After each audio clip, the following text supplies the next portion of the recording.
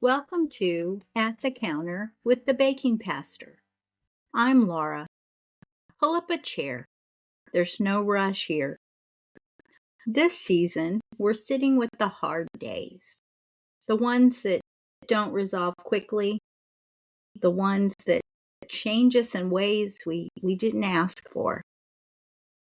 Here at the counter, nothing needs to be fixed. You don't have to have the right words. You don't have to have it all figured out. You can just come as you are and stay a while. This is Hard Days at the Counter. Hey friends, as you pull up a chair today, I want to talk about things where we have seasons, where it's not that we don't feel anything. Maybe we feel too much all at once. And none of those things always have names we can easily say out loud. Maybe you've said things like, I'm just tired. I'm overwhelmed. I don't even know what this is. But underneath, there's something more specific, something waiting to be named.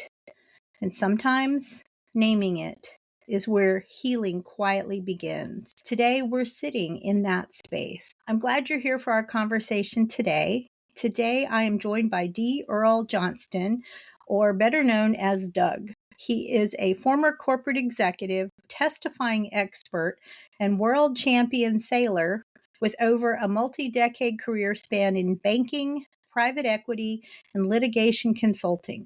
He developed a deep interest in language, motivation, and emotional definition.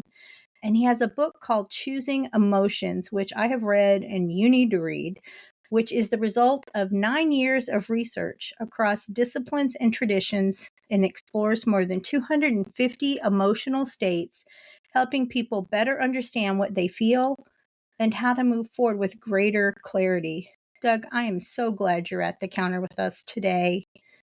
Joy to be with you. It feels like friendly territory, Laura. Thank you.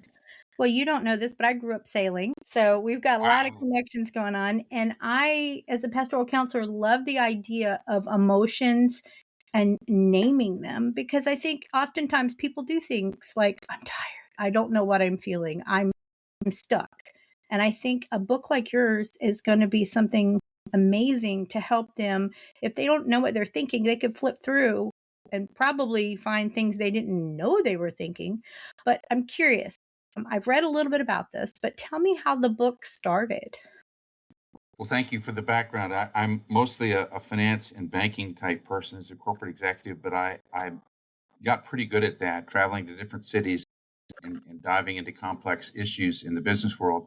I got hired about 10 years ago by a succession of law firms to assist them in that. So when they had a complex lawsuit, they would hire me to dig into the facts and details and help out.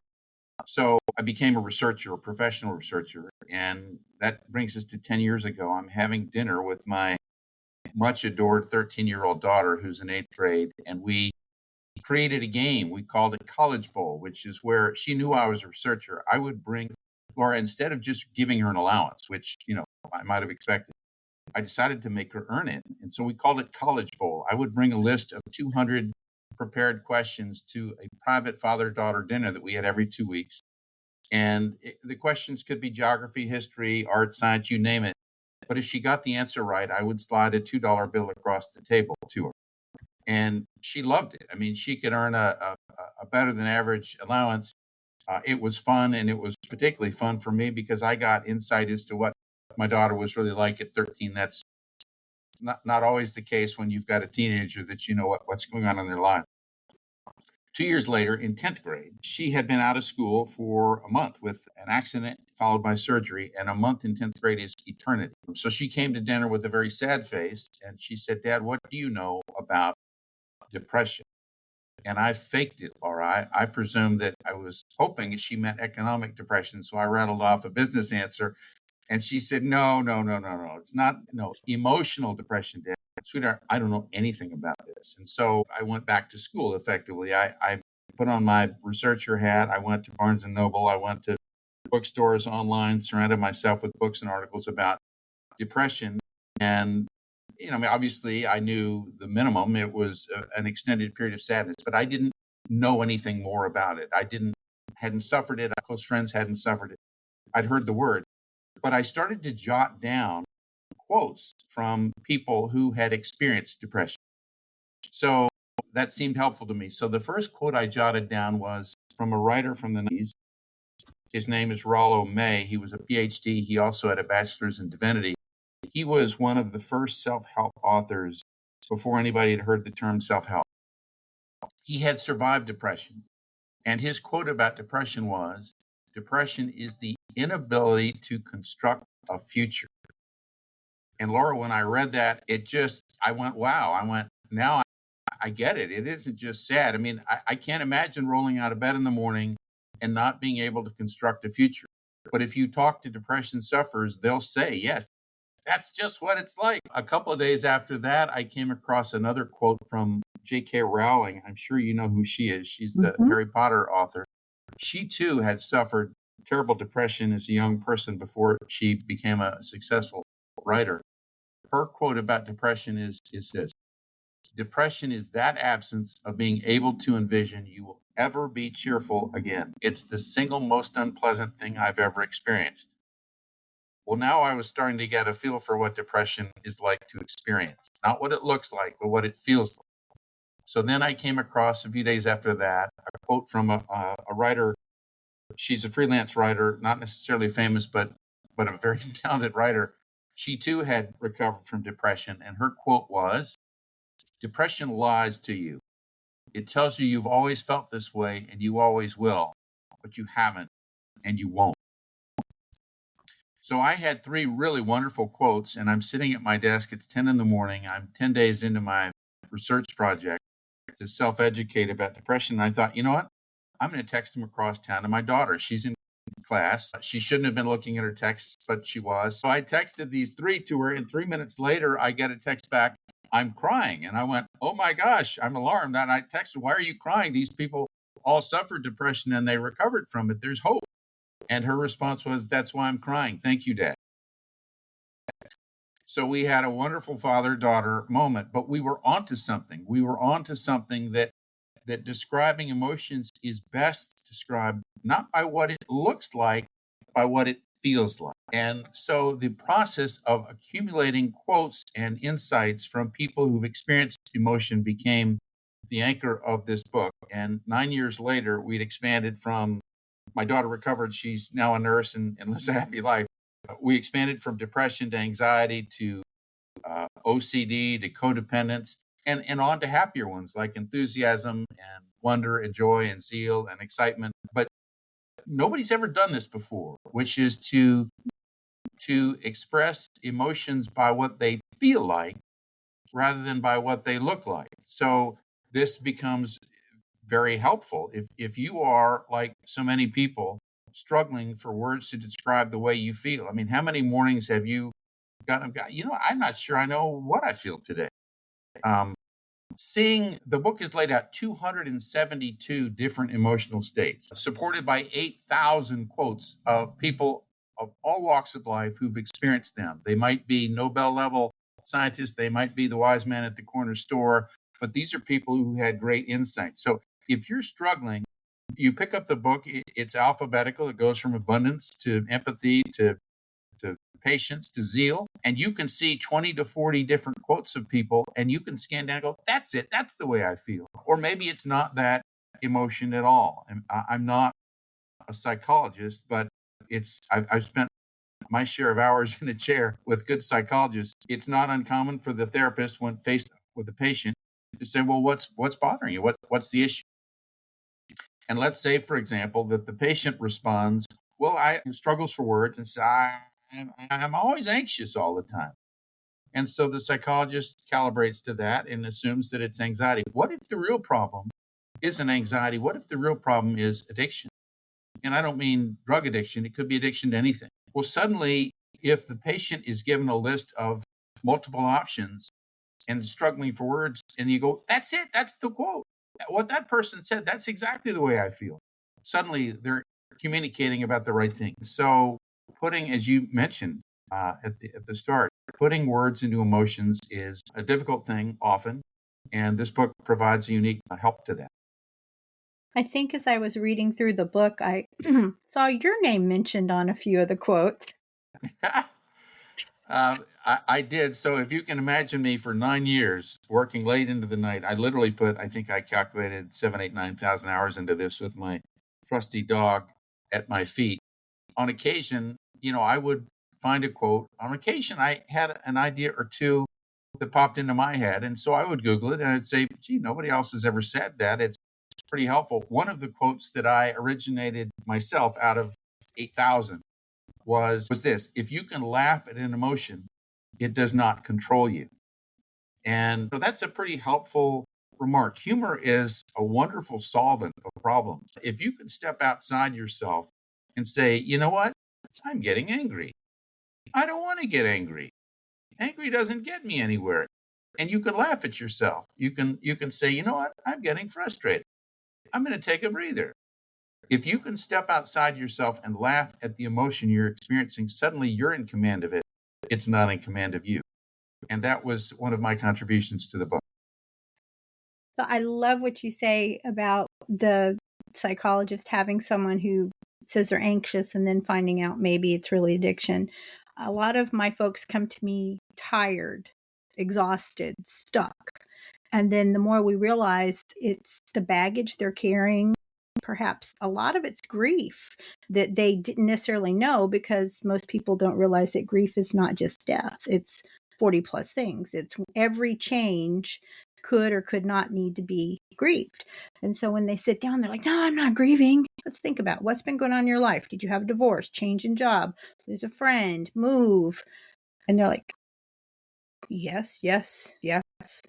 And it's like, okay, And so there are multiple emotions that sort of touch on each other: grief, sadness, depression, uh, and the like. They're fine-tuned differences between them, but um, for whatever reason, our society has, and we're changing, has suggested in many ways you're weak if you discuss your emotions. And so we tend to bottle them up. Well, that doesn't help. I mean, it just doesn't help.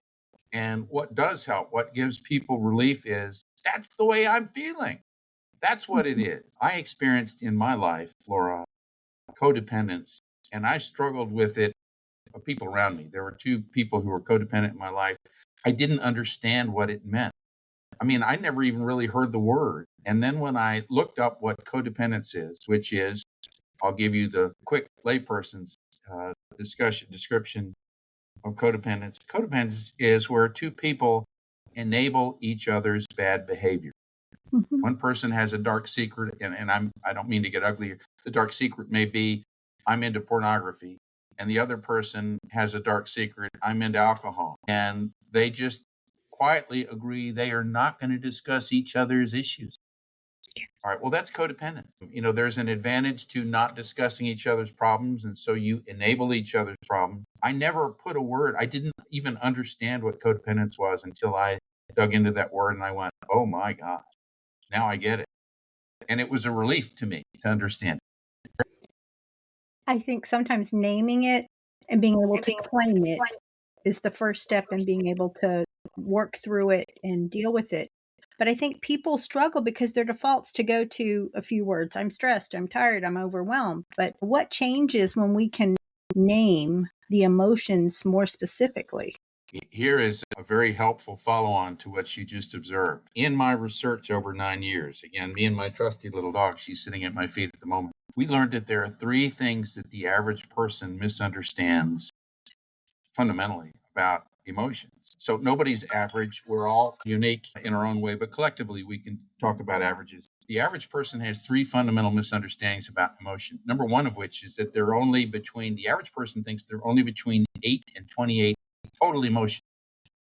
And yet, in my book, they're at least into the low hundreds. And these aren't high tech emotions. These are everyday emotions like blushing or flirtation or bullying or narcissism or wonder or zeal or curiosity or forgiveness or empathy. These are everyday emotions, but the average person doesn't think about it. You just think, well, I'm going to deal with this with 6 or 8 or 10 or 12 emotions. All right. So that's point number one. The average person misunderstands. Point number two is that the average person tends to think that emotions are very sporadic, that we are otherwise normal and rational. So, for example, on Tuesday, my boss annoyed me. So, Tuesday, I was annoyed. Thursday, my wife was very cheerful. She got a new smock or something. She was cheerful. This morning, I was fearful when I turned on the news. But all those other in between moments are presumed to be logical and rational. Well, that's not accurate. Here's what I mean: that emotions are continuously morphing. So imagine it's a Saturday afternoon. You're sitting alone in the house. You're sort of lonely. You're sort of bored. And you say, well, I'll just reach for the remote and turn on the TV. So you turn on the TV and there's a rerun. You've seen that one before. So you've gone from boredom and loneliness to curiosity. Now you see a rerun. You're bored. You change the channel. You're briefly interested. You've gone to interest, but the football game or whatever you're watching is, out of control and it's not interesting. You say, you know what, I don't want to watch TV. I'll see what's in the kitchen. Suddenly you're curious. You wander into the kitchen. You see the refrigerator. You're excited. Aha, that goodie I left last night. It's probably still in there. You open the refrigerator door. You are enthusiastic. There it is. That's the goodie that you wanted. You reach for it. Your cell phone goes off. You're annoyed. It's a telemarketer. You figure out how to dismiss the telemarketer. You go back to finish your goodie satisfaction. You finish your goodie. You're bored again. You pick up the phone and call your friend Mary and say, Mary, let's go shopping, right? Look at that. You've constantly navigated from one emotion to the next. They're not sporadic. That's what emotions are. They are, drum roll, they are our navigation system. They really are our navigation system. And all right, so the third confusion that the average person has about emotions. So let's go to the Star Trek series where you've got Captain Kirk, William Shatner, who is the commander, and you've got his first officer, Mr. Spock, who is the Vulcan, who is supposedly a voice of pure reason. And Mr. Spock occasionally will make remarks that how pesky humans are with their emotions. If you lived a life of pure reason, you would be better off. And so it's not uncommon for people to think reason is where I want to be, emotions are inferior. But that's not at all true. The lead scientists of the world, and they're virtually unanimous on this. I don't know of any lead scientists or academicians, to use a word, who disagree with this.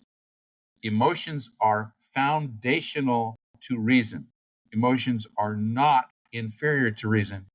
You cannot, this is per Nobel level, folks, and I'm happy to quote them if you like. You cannot exhibit reason unless you have emotions to assign value to your thoughts. So emotions are foundational to reason. They are not inferior. So reason is overvalued in many respects. We all prize being rational, and we all often dismiss people. Oh, well, that Sally, she's so emotional. No, we have it backwards. Emotions are primary. We think with our bodies and our feelings before we think rationally. And the moment you understand that, there's a subtle shift that happens in your life. Emotions are not inferior. They're what God gave us. That's the way we navigate our lives. And it's a very powerful thought, and it's an important thing to correct. So I think that not necessarily because she's unwilling to move forward, but maybe because she can't quite make sense of what's happening inside her. How would you gently guide her to begin identifying what she feels without it becoming hugely overwhelming?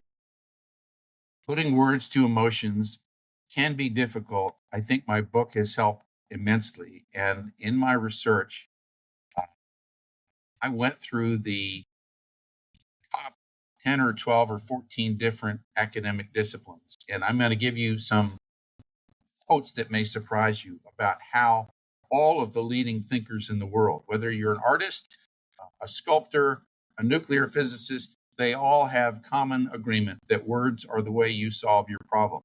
So I'm going to read a few quotes from different disciplines. All right. So you may or may not, Laura, recall the name Niels Bohr. He was a theoretical physicist the same time as Albert Einstein, a brilliant, brilliant guy. He, like Albert Einstein, Niels Bohr also won the Nobel Prize. So he's no dummy. So Niels Bohr, think of it. This is a theoretical physicist whose world is all about math and physics every day. Here's his quote. What is it that we human beings ultimately depend upon? We depend on our words. We are suspended in language. It's a mathematician telling you that words are the most important thing, right there. I'll move on. There is an Austrian gentleman, Ludwig Wittgenstein. I hope I'm pronouncing his name right, but he is known throughout academia as brilliant in the philosophy of language. His quote, "The limits of my language are the limits of my world." I love that quote. You may have heard of the Sloan Kettering Clinic in New York City, the anti-cancer clinic. Well, Mr. Kettering was not a doctor. He was not really even a scientist. He was an engineer. He was head of engineering for General Motors. He produced and owned 186 patents in his life. So this is a guy that knows how to solve problems. Here's his quote. "A problem well stated is a problem half solved." It's simple. If you can break it down to words, you're halfway home. I'll just give you two more. Noam Chomsky, 98 years old now, a Harvard guy, known as the father of linguistics. Here's his quote. "Language etches the grooves through which your thoughts must flow. If you're expecting magic, you can find it in words." And then lastly, you came up with this yourself moments ago. There is a clinical psychiatrist at UCLA in California. His name is Dan Siegel. He came up with a phrase that I think 5 of the most powerful words I ever heard. Name it. If you can put your problem in words, you are home. You can tackle it from there. Name it to tame it. My gosh, what a powerful phrase that is. I always say name it, claim it, so we can start working on it. But that name it to tame it. Wow. I read it a dozen times. I went, wow, 5 words. You've reduced massive problems to 5 words. I want to pause a moment because I'm thinking about the person listening who's been carrying something unnamed for a really long time. There's a lot of people, I'm sure. It's not that they ignored it, it's just unspoken. And I want them to know that it's not about fixing. Maybe it's just gently asking yourself, what is this really? So, This really, it might be grief. It might be that your dog passed away. It might be that a person in your life passed away. All of these are real. And putting them on the table. Oftentimes I find that simply saying out loud the way I feel is extremely therapeutic. I'm really sad today. And when you say those words, it suddenly takes the inner dialogue in your head and puts it out there, and you go, well, that is what I'm feeling. I'm just really sad, right? And once you say it, once you identify and name it, you're on a different path. You're on the path to the solution. You're not bottling it up. I think about someone I talked with earlier this week, and they realized that they were struggling with the death of a dream. What they had hoped and grown up thinking they would do and planned to do their whole life, they had just, for whatever reason, was not going to happen. And then they realized, okay, I'm grieving this. Now I need to deal with it. And so I love that. Now's a good time for us to take a breath together. For people who are just now realizing that this is more than just those couple words, we might need a breath. So I want to encourage you to inhale slowly and exhale without rushing. If you're in a place where you can place your hand over your heart and just notice what emotion has been sitting quietly beneath the surface, you don't have to solve it. You don't have to explain it. Just name it. Even if it's messy, even if it's incomplete, and stay there for a moment. So, Doug, as someone who begun to name what they're feeling, a healthy step, I'm thinking, first of all, they need to go get your book. And the step is to start flipping through it. But if you could take one small step this week and tell people how to start, what would you tell them to do? I would start with openness and humility. I want to tell you a story about an emotion that I made a terrible mistake about. When I was 10 years old, I adored my mother. She was very, very talented. She was an artist. She painted successfully. She was a writer. She was a really good athlete. She had many friends. And one day I turned to her and I just sort of in admiration for my mom, I said, Mom, how do you do it? I mean, how do you do all these things? And she looks at me and she points at me with motherly advice and she says, Son, it takes a big ego to be a success in life. Well, that was my mom speaking, my highly successful mom. And I accepted that as a core belief. Sadly, I accepted that as a core belief. No doubt that she believed it herself. So I adopted that ego was a really good thing. And as I entered the corporate world, I'm sure there are 100 people who would attest that Doug Johnston had a big ego. And unfortunately, I inflicted my big ego on people. And I feel terrible about it. All right. So in the course of researching this book, 272 different emotional states, ego is a big emotional state. It's sort of a device that you project upon other people to keep them out of your hair. I mean, that's a very simple way of describing, but it's not you. It's a synthetic you. It's a front. Yeah. I'm reading the works of Carl Jung, the founder of analytical psychology, and there's a man who really had a pretty good head on his shoulders, to put it mildly. And his quote about ego was, and imagine me 11 at night, I'm finally coming to Carl Jung talking about ego. And he said, a man spends the first half of his life developing an ego and the second half of his life understanding how important it is to dismantle it. I honestly put my head in my hands and I cried because I realized how many people I had inflicted my misunderstanding of ego on. How many people out there that in the corporate world might think, that guy is a real ass. I was getting the job done. I was efficient, but I was doing something that wasn't really me, which is what an ego is. It's something you project that's not really you. And I thought, gosh, how will I ever recover from this? All those people. And then I kept reading and I got some relief from a man, Eckhart Tolle, that's a name you might know, a very insightful guy. He's reached 100 million people in his career at least. And his observation about ego was the minute you spot it, the minute you realize that you've been inserting an ego between you and other people, your ego starts to go away. So he said it almost vanishes the minute you see that you've been doing it. And I drew some comfort from that. But truthfully, to go back to what I said moments ago, I am deeply embarrassed at how I treated people for so much of my life because I had a misunderstanding about emotion. And I'm really pleased that I solved that. At least I'm pretty sure I solved it, but you get my point. So, for someone wanting to go deeper with your work, they can find your book, Choosing Emotions, Thinking with Your Head and Acting with Your Heart. We'll put the link in the show notes. Doug, I am so grateful for your time today and joining us at the counter. I enjoyed the book immensely. I do have an e-copy, but I can see there's a paperback copy coming soon. Thank you for that. The book is fun to read. You can read it 5 minutes, or you can read it for 3 hours. You can pick an emotion and you will laugh. I made sure to include funny remarks from people, their experiences. The website is choosingemotions.com. It's now available. The book is now available on Amazon, Barnes & Noble, Ingram Spark. It's available in hard copy, in paperback, and Kindle version. So it's out there and it's been doing very well. Thank you so much for having me. Awesome. Sometimes we think clarity comes from having all the answers, but often it begins with simply having the right words. Not perfect ones, not polished ones, just honest ones. If today helped you even name one thing you've been carrying, that matters more than you know.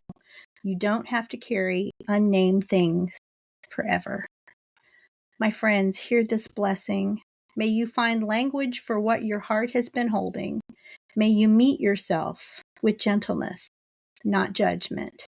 And may even the quietest emotions remind you you are still deeply, fully alive. Until we meet you back here next time, pull up a chair. Thank you for sitting at the counter with me today. If something in this conversation stayed with you you might want to carry it gently into your day. No need to rush past it. And if you need a place to pause, reflect, or simply breathe, you can find more at bakingpastor.com. Until next time, take a breath, notice what's in front of you, and remember, you're always welcome here at the counter.